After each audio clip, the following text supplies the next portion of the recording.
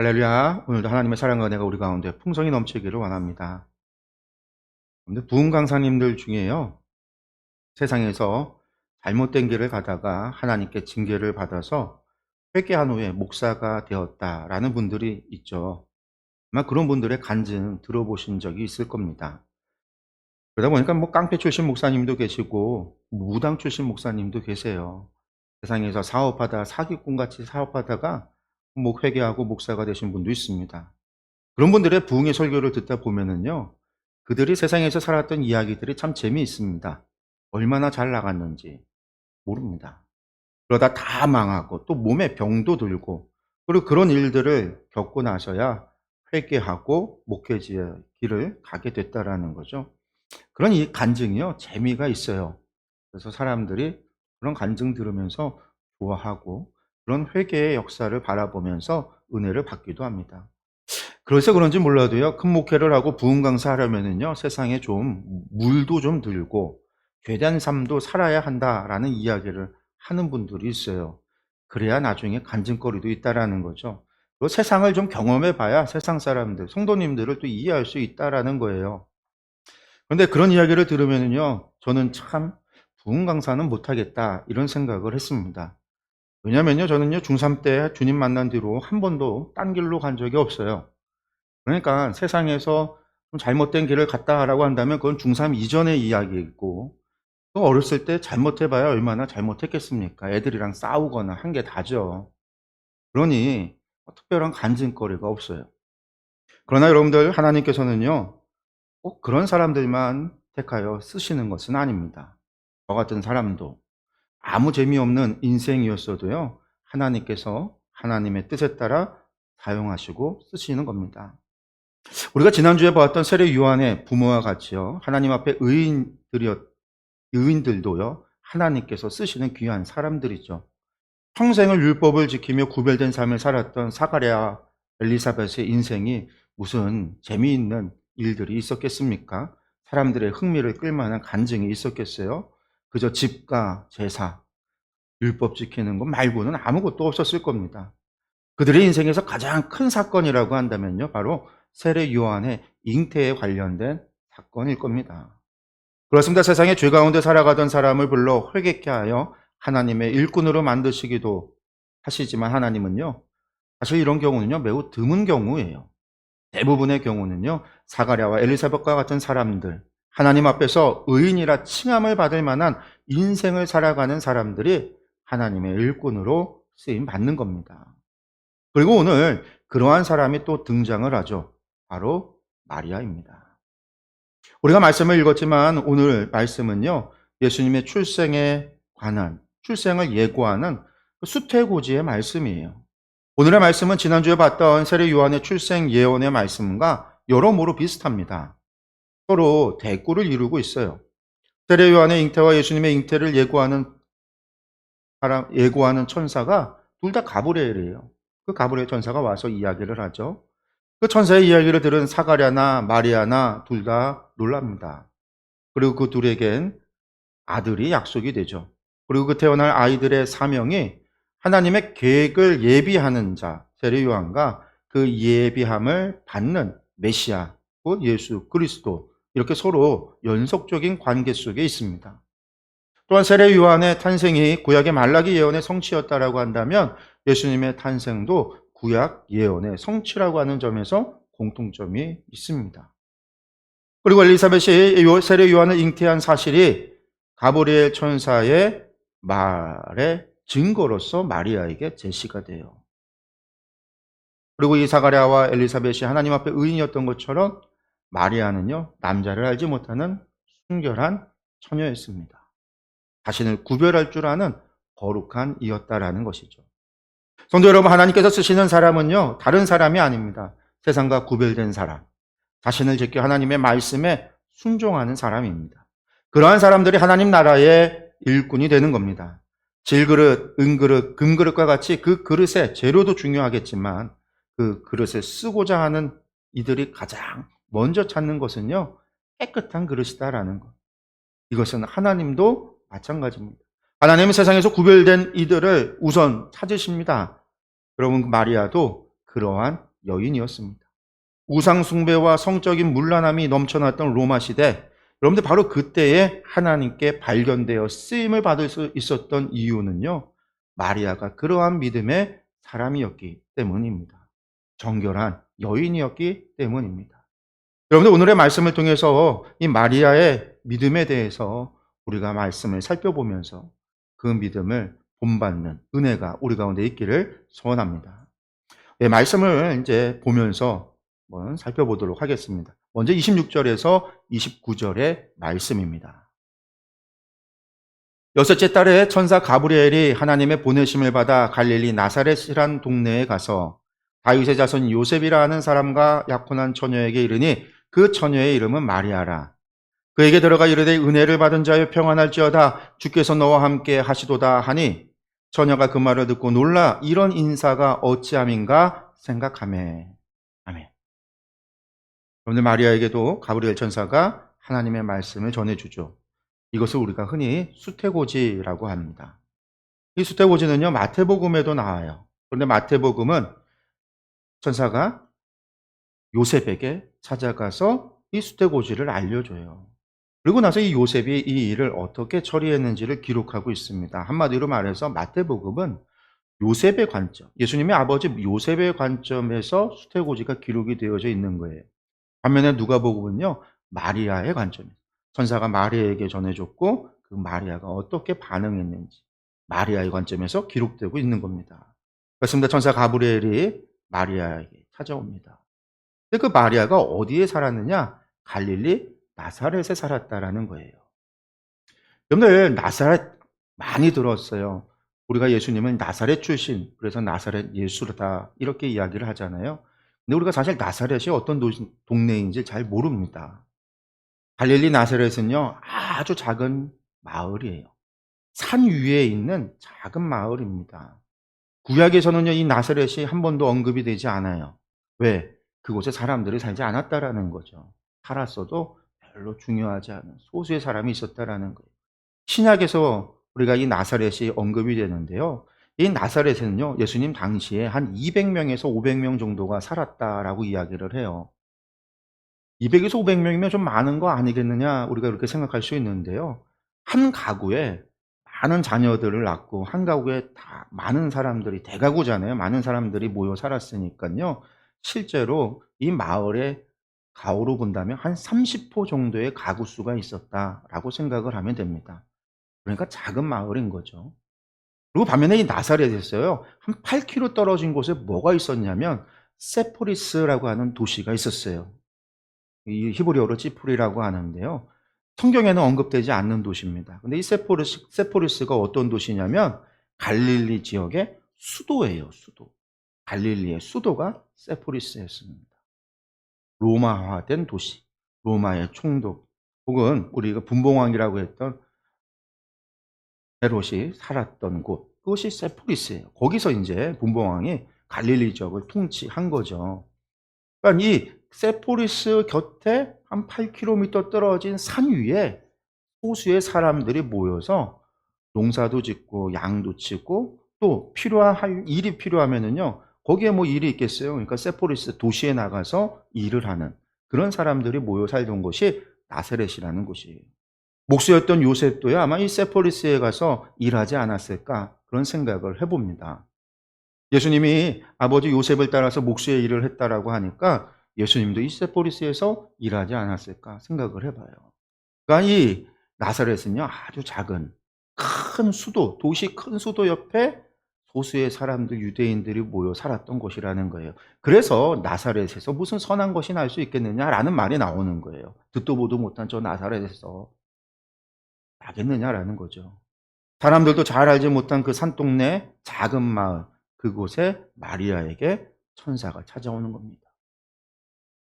하나님께서는요, 그 작은 사람들도 아무도 관심 갖지 않았던 그 동네, 그곳의 마리아를 하나님께서 눈여겨보신 거예요. 그랬기 때문에 그녀를 택하신 거죠. 천사 가브리엘을 보내 예수님의 탄생을 예고해 줍니다. 그러면 도대체 마리아는요, 어떤 여인이었기 때문에 하나님께서 그렇게 주목하셨을까요? 그 작은 동네에, 저 산 위의 작은 동네에 그 여인을 하나님은 왜 주목했을까요? 마리아는요, 성경에 보니까 이미 약혼한 사람이 있습니다. 유대인들은 남녀가 약혼을 하면은요, 이미 결혼한 것과 같은 법적인 효력을 가져요. 이미 부부 관계가 되는 겁니다. 그러나 바로 같이 사는 것은 아니에요. 약혼을 하면은요, 1년 정도, 결혼식을 하는 건 1년 뒤에 하게 되어져 있어요. 약혼을 해서 정혼을 하고요. 그리고 신랑은요, 돌아가서 1년 동안 아내를 데려올 준비를 합니다. 집도 구하고 또 장인, 처가에 돈을 지불해 줘야 돼요. 왜? 여인을 데려오니까. 노동력의 삭세 주게 되어져 있어요. 그래서 성경에 보면 열처녀 비유에 신랑이 신부를 찾으러 가잖아요. 그 이야기가 뭐냐? 약혼을 하고 1년이 지나서 결혼식을 하고 아내를 찾으러 가는 겁니다. 그러므로 마리아는 아직 결혼식을 하지는 않았지만 엄연히 남편이 있는 여인, 유부녀입니다. 유부녀. 결혼한 여자라는 거예요. 하지만 아직 어떤 여인이냐? 뒤에 보면 나오지만 남자를 알지 못하는 그런 처녀였다라는 거죠. 그리고 중요한 것이 28절에 가브리엘 천사의 말에서 나옵니다. 중요한 말이 나오는데 그게 뭐냐면 가브리엘이 마리아에게 첫인사를 하면서 은혜를 받은 자여 평안할지어다 라고 하고 있어요. 마리아가 이야기를 듣고 놀랍니다. 이런 얘기를 들어본 적이 없으니까. 근데 우리는요, 마리아가 왜 놀랐는지 모르잖아요. 그 이유가 있어요. 이 말 속에. 여기 보면요, 은혜를 받은 자여라고 하는 말이요, 헬라어로 케카리토메네라는 말이에요. 원형은 카리토라는 말인데 값없이 은혜를 베풀다, 거저주다라는 의미예요. 그러니까 은혜를 베풀었다라는 건데 이게 변형이 된 거예요. 문법적으로 어떻게 변형이 됐냐? 완료, 수동태, 분사로 변형이 됐어요. 이 말은 뭐냐면 마리아가 하나님으로부터 거저주시는 은혜와 호의를 받은 자인데 지금 받은 게 아니라 지금 이제서야 가브리엘이 와서 지금 은혜를 준 게 아니라 그 상태가, 그 은혜를 받았던 상태가 과거부터 지금까지 계속해서 지속되고 있다라는 뜻이에요. 그러니까 은혜를 받은 자요라고 할 때 이것이요, 예수님을 잉태하게 될 것을 말하는 그 은혜를 이야기하는 것이 아니라 마리아가 과거부터 계속해서 하나님의 은혜를 받으며 살아왔다라는 이야기입니다. 즉 마리아의 인생이 하나님의 은혜를 받으며 살아올 수 있을 만큼 거룩하고 의로웠다라는 말이기도 해요. 그렇습니다. 여러분, 마리아가 택함을 받은 것은요, 오늘 갑자기 된 일이 아니라 하나님께서 계속해서 쭉 지켜보며 살펴봤더니 하나님의 마음에 합당한지 아니한지를 하나님께서 보시고 판단하여 택하셨는데 왜 그랬느냐? 마리아가 과거부터, 어려서부터 하나님의 은혜를 사모하고 그 은혜를 받으며 하나님과 함께 살아왔다라는 거예요. 사가랴와 엘리사벳이 하나님 앞에 의로웠다라고 한다면 마리아는요, 언제나 하나님의 은혜로 살았던 여인입니다. 그리고 그러한 마리아에게 지금 하나님께서 함께 하시죠. 이 또한 지금 함께 하지만 은혜를 베풀 때 하나님께서 함께 하시며 은혜를 베풀었던 거예요. 그러니까 마리아는요, 어려서부터 하나님과 동행하는 삶을 살았던 거예요. 하나님과 함께하는 삶을 살았던 거예요. 자기가 인식하지 못했지만 하나님의 은혜로 사는 여인이었다라는 거예요. 성도 여러분, 마리아가 그냥 택함을 받은 것이 아닙니다. 그의 평소의 삶의 모습이 하나님과 동행하는 삶이었습니다. 하나님의 은혜로 사는 삶이었습니다. 지난주에도 말씀을 드렸지만 이 시대가 그리 정의롭고 의로운 시대가 아니에요. 종교 지도자들조차 세속에 찌들어 돈을 위해 살아가는 시대입니다. 여러분들, 농민들은요, 살기가 힘들어 땅을 팔고 자녀를 노예로 팔고 결국은 자신들도 팔아서 노예가 되던 시대예요. 농사를 지으면요, 농민들은 농사를 지면 80%를 세금으로 빼앗기는 시대예요. 하도 살기가 힘들어서 로마가 지배를 하고 나서 3년에 한 번꼴로 농민들이 이 갈릴리 지역에서 반란을 일으켰습니다. 못 살겠다라는 거죠.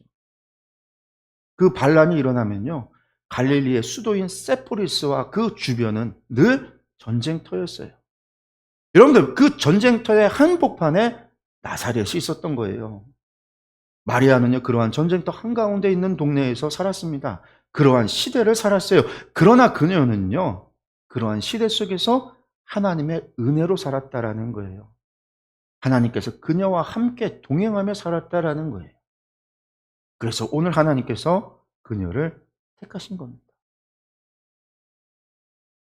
마리아는 놀랄 수밖에 없죠. 내가 지금까지 살아온 것이 하나님의 은혜였다니. 그런데 놀랄 일은 아직 더 남아 있습니다. 더 크게 놀랄 일이 남아 있죠. 가브리엘이 이야기합니다. 30절에서 33절입니다.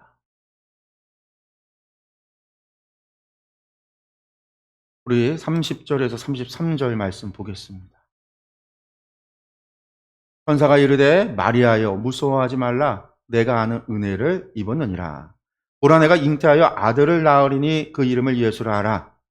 그가 큰 자가 되고 지극히 높으신 이의 아들이라 일컬어질 것이요 주 하나님께서 그 조상 다윗의 왕위를 그에게 주시리니 영원히 야곱의 집을 왕으로 다스리실 것이며 그 나라가 무궁하리라. 아멘. 그런데 가브리엘이 이야기합니다. 내가 잉태하여 아들을 낳으리니 그 이름을 예수라 하라.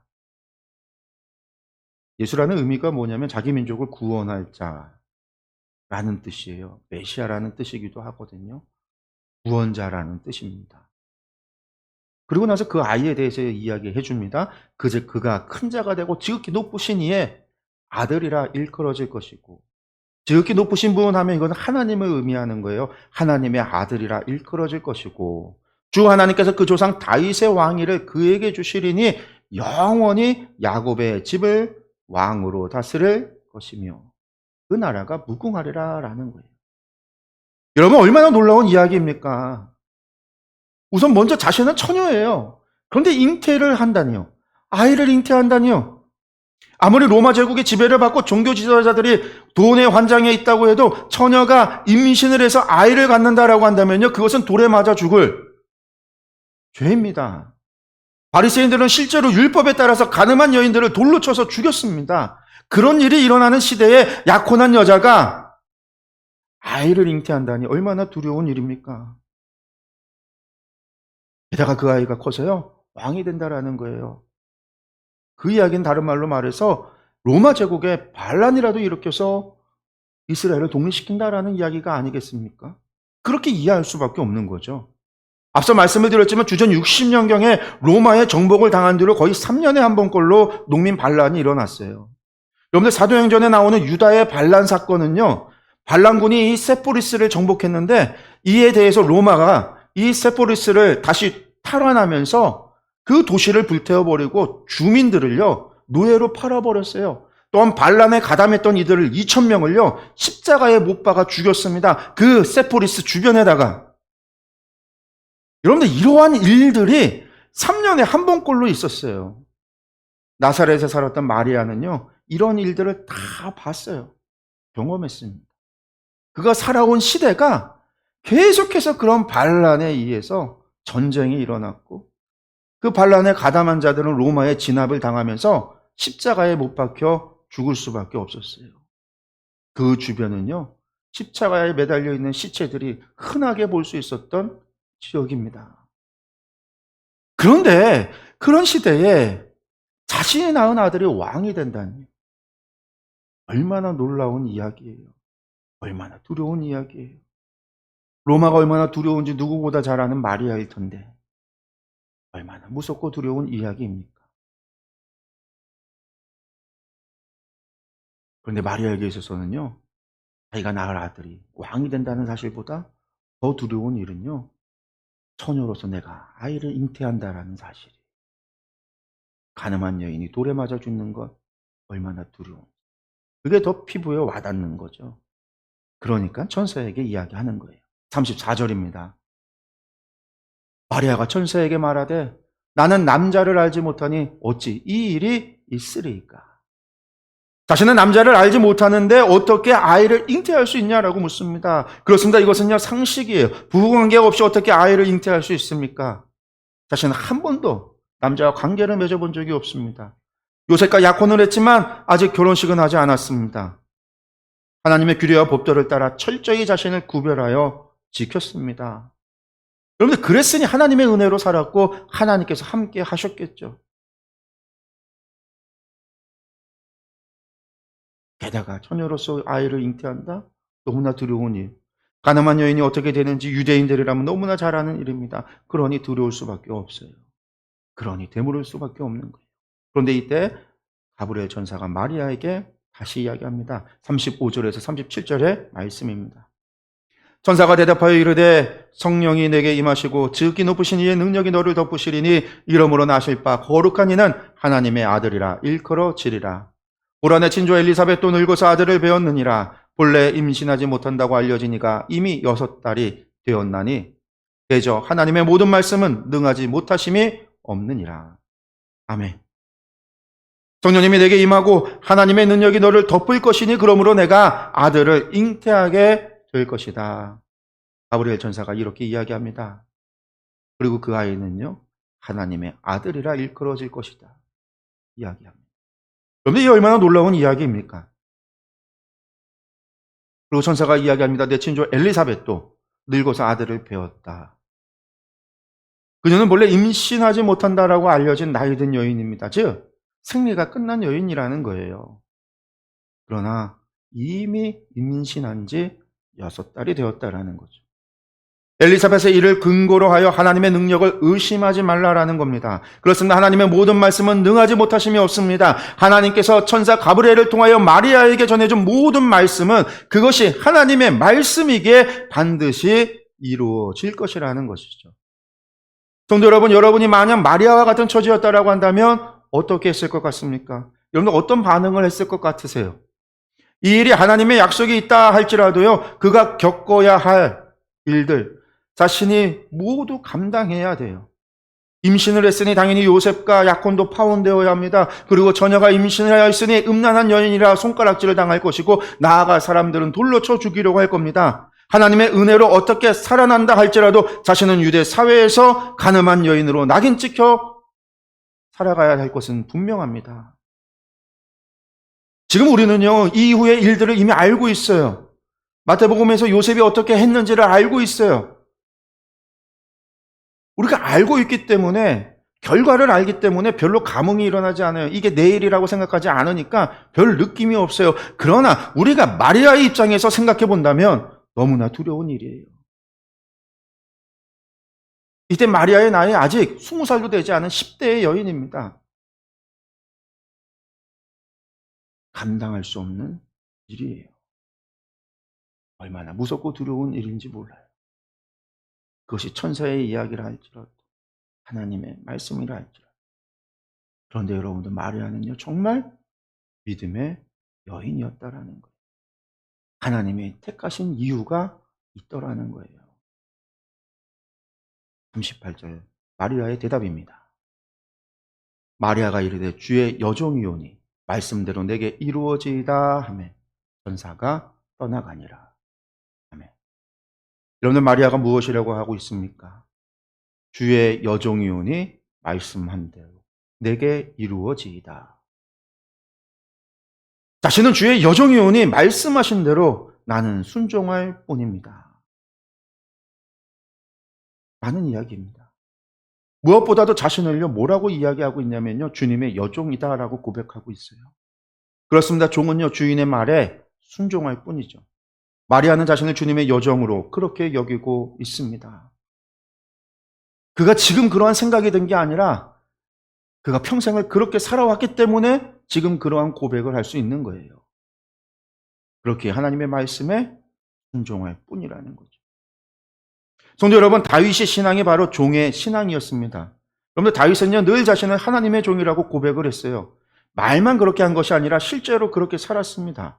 이스라엘 왕이 되었을 때에도 자신은 이스라엘의 왕으로, 이스라엘의 주인으로 여기지 않았어요. 하나님만이 참된 왕이시고 하나님만이 참된 주님이라고 고백을 했습니다. 자신은 그저 하나님의 종이라고 여겼고 그랬기에 하나님의 말씀에 순종할 뿐이었습니다. 여러분들, 이러한 다윗의 신앙을 솔로몬이 배웠습니다. 솔로몬이 아직 타락하기 전 그가 처음 왕이 되어서 기브온에서 하나님께 제사를 드리고 그날 밤에 하나님을 만났을 때에 솔로몬은요, 자신을 하나님의 종이라고 고백합니다. 자신을 정말 하나님의 종으로 여겼기에 이스라엘 백성을 내 백성이라고 이야기하지 않고 하나님의 백성이라고 이야기하면서 하나님의 백성을 잘 판단할 수 있도록 저에게 들을 길을 달라고 하나님 앞에 기도했습니다. 이러한 그의 고백이 하나님의 마음의 기쁨이 되어 그가 복을 받은 겁니다. 그렇습니다. 신앙의 위인들의 믿음의 공통점이 있습니다. 그것은 자신을 하나님의 종으로 여기는 종의 신앙을 가졌다라는 거예요. 그리고 이러한 종의 신앙의 가장 큰 특징은 바로 종이 주인의 말에 순종하듯 하나님의 말씀에 절대적인 순종을 했다라는 것입니다. 이러한 순종의 믿음이 바로 종의 신앙입니다. 그런데 지금 마리아가 그러한 믿음을 보이고 그러한 신앙을 보이고 있습니다. 하나님께서 마리아를 택하신 이유가 바로 이러한 신앙, 이러한 믿음이 있었기 때문입니다. 이것이 마리아가 하나님께 택함을 받은 이유예요. 여러분들, 마리아가 그저 입으로만 말하는 그러한 거짓된 신앙, 위선적인 신앙의 사람이었다라고 한다면요, 하나님께서는 그녀를 택하지 않았을 겁니다. 물론 하나님은요, 그러한 거짓이나 위선에 속으시는 분도 아니세요. 마리아가 평소에도 종의 신앙, 순종의 믿음을 가졌고 그러한 믿음의 삶을 살아왔기에 하나님의 은혜를 받으며 하나님과 동행할 수 있었던 겁니다. 성도 여러분, 지난주에 하나님께서 택하시는 사람은 의로운 사람, 정결한 사람이라 했습니다. 깨끗한 그릇이 쓰임받는다라고 했습니다. 여러분들, 그런데 그것만으로는 부족합니다. 하나님께서 쓰시는 사람, 하나님 나라의 일꾼에게 필요한 것은요, 바로 순종의 믿음이 있어야 한다라는 겁니다. 하나님의 말씀에 순종하는 이들을 하나님께서는요, 일꾼으로 부르셔요. 하나님의 말씀을 믿지 못하는 이들, 하나님 말씀에 순종하지 않는 이들은요, 그가 아무리 구별되고 아무리 의로운 삶을 산다 해도 결코 하나님 나라의 일꾼이 되지 못합니다. 여러분들, 마리아의 순종은요, 결코 쉬운 일이 아닙니다. 이때 마리아의 나이 10대 후반의 소녀였습니다. 당시 20세 이전에 결혼하는 것이 관습이었으니 마리아의 나이는요, 많게 봐도 10대 후반이에요. 그러한 여인이 감당하기에는요, 사실상 너무나 큰 사건입니다. 그러나 그녀는요, 하나님의 말씀이기에 순종합니다. 하나님의 말씀이기 때문에 따르는 거예요. 그것이 자신의 생명을 걸어야 하는 일임에도 앞으로 일어날 모든 일들을 자신이 온전히 감내해야 됨을 알면서도 여러분들, 목숨을 걸고 순종하는 거예요. 그러한 믿음의 여인이었기 때문에 하나님께서 마리아를 택하신 겁니다. 사랑하는 성도 여러분, 이것이 우리 신앙의 본입니다. 마리아만 그러한 신앙을 가졌던 것이 아니에요. 다윗이나 솔로몬만이 그러한 신앙을 가진 것도 아닙니다. 성경에 기록된 수많은 위인들도 하나님 앞에서는요, 그저 주의 종들이었습니다. 뿐만 아니라 이름도 없던 수많은 초대교회 성도들도 주의 종으로서 복음을 믿고 주님 약속하신 말씀을 믿고 죽기까지 그 말씀에 순종했습니다. 모두 순종의 믿음, 종의 신앙을 가졌던 겁니다. 그리고 오늘 하나님께서 우리에게 오늘 말씀을 통해서 말씀하고 계시는 거죠. 너희도 순종의 믿음을 가졌느냐? 너희는 나의 종이냐? 성도 여러분, 이 물음 앞에 여러분들은 무엇이라고 고백하겠습니까? 아멘 주여, 저는 주의 종입니다. 말씀하신 것에 순종하겠습니다. 이러한 고백을 하나님께 드리는 저와 여러분들이 되기를 간절히 축원합니다. 종의 신앙을 우리가 회복하고 하나님 말씀에 온전히 순종하는 그런 우리 충주토교회가, 우리 모두가 되기를 간절히 소망합니다. 기도하겠습니다.